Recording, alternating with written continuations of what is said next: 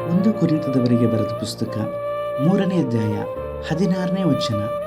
ನೀವು ದೇವರ ಆಲಯವಾಗಿದ್ದೀರೆಂದು, ದೇವರ ಆತ್ಮನು ನಿಮ್ಮಲ್ಲಿ ವಾಸ ಮಾಡುತ್ತಾನೆಂದು ನಿಮಗೆ ಗೊತ್ತಿಲ್ಲವೋ? ಕರ್ತನನ್ನು ಪ್ರೀತಿ ದೇವಿ ಜನರೇ, ದೇವರಾಗಿರುವಂಥ ಯೇಸು ಕರ್ತನ ನಾಮದಲ್ಲಿ ಮುಂಜಾನೆ ವೇಳೆ ನಿಮ್ಮನ್ನು ವಂದಿಸ್ತೇನೆ.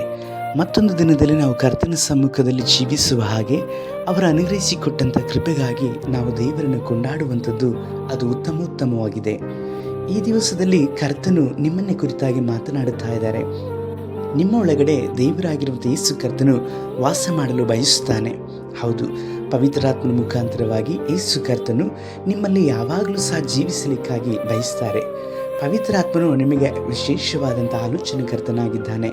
ನೀವು ಎಡಕ್ಕಾಗಲಿ ಬಲಕ್ಕಾಗಲಿ ತಿರುಗಿಕೊಳ್ಳುವಾಗ ನೀವು ಹೋಗಬೇಕಾದಂಥ ನೀಟಾದ ಮಾರ್ಗವನ್ನು ಅವರೇ ಬೋಧಿಸಿ ನಡೆಸುವವರಾಗಿ ಇದ್ದಾರೆ.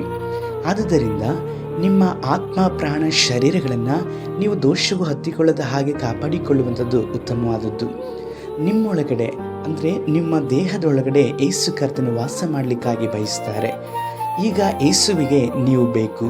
ನಿಮ್ಮ ಕೈಗಳ ಮುಖಾಂತರವಾಗಿ ಇತರರನ್ನು ಮುಟ್ಟಲಿಕ್ಕಾಗಿ ಮಾತ್ರವಲ್ಲದೆ ನಿಮ್ಮ ಬಾಯಿಗಳ ಮುಖಾಂತರವಾಗಿ ಯೇಸು ಕರ್ತನು ಇತರ ಜನಗಳನ್ನು ಸಂತೈಸಲಿಕ್ಕಾಗಿ ಅವರು ಬಯಸುವವರಾಗಿದ್ದಾರೆ. ಹಾಗಾಗಿ ಪರಿಶುದ್ಧತೆಯನ್ನು ಕಾಪಾಡಿಕೊಳ್ಳುವಂಥದ್ದು ಉತ್ತಮವಾದದ್ದು. ನಿಮ್ಮ ಜೀವಿತದಲ್ಲಿ, ನಿಮ್ಮ ಬದುಕಿನಲ್ಲಿ ಕೆಟ್ಟ ಕಾರ್ಯಗಳು, ಶರೀರದಲ್ಲಿ ಕೆಟ್ಟದಾದಂಥ ಮಾತುಗಳು, ಈ ಎಲ್ಲ ಕಾರ್ಯಗಳಲ್ಲಿ ಜೀವಿಸುವಾಗ ಕರ್ತನಿಗೆ ಅದು ಕೋಪವನ್ನು ಉಂಟು ಮಾಡುವಂಥದ್ದಾಗಿದೆ.